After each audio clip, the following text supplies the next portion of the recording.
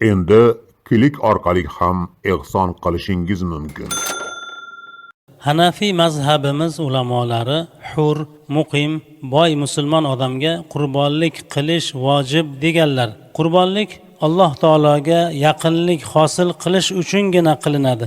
Alloh taolo bandaning qurbonligiga muhtoj emas, balki bandaning o'zi qurbonlik sababidan beriladigan ajrga muhtojdir.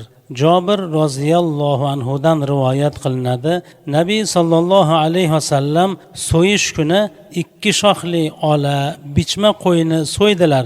Ikkisini yotqizgandan so'ng, albatta men yuzimni osmonlar va yerni yaratgan zotga, Ibrohimning millatida bo'lgan, to'g'ri yo'lga moil bo'lgan holimda yuzlantirdim va men mushriklardan emasman.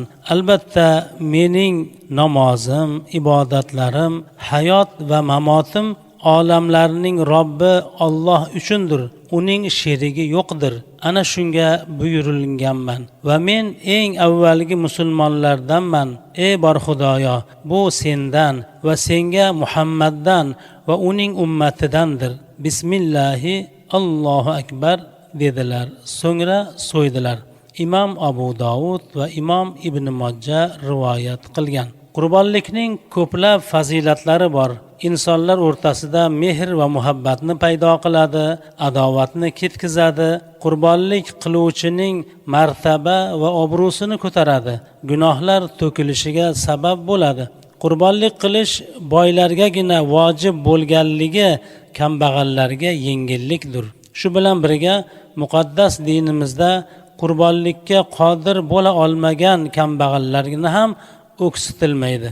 Qurbonlikning fazilatlarini eshitib, sahobalardan birlarining rag'bati qo'zib ketib, payg'ambarimiz sollallohu alayhi vasallamga savol berdi.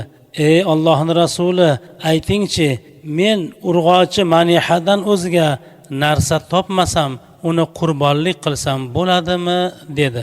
Maniha degani birov tomonidan sog'ib ichib turish uchun vaqtincha berilgan sog'in hayvondir. Payg'ambarimiz sollallohu alayhi vasallam bu savolga yo'q deb javob berdilar va lekin sochingni va tirnoqlaringni olasan, mo'ylabingni qisqartirasan, qovug'ingni tozalaysan.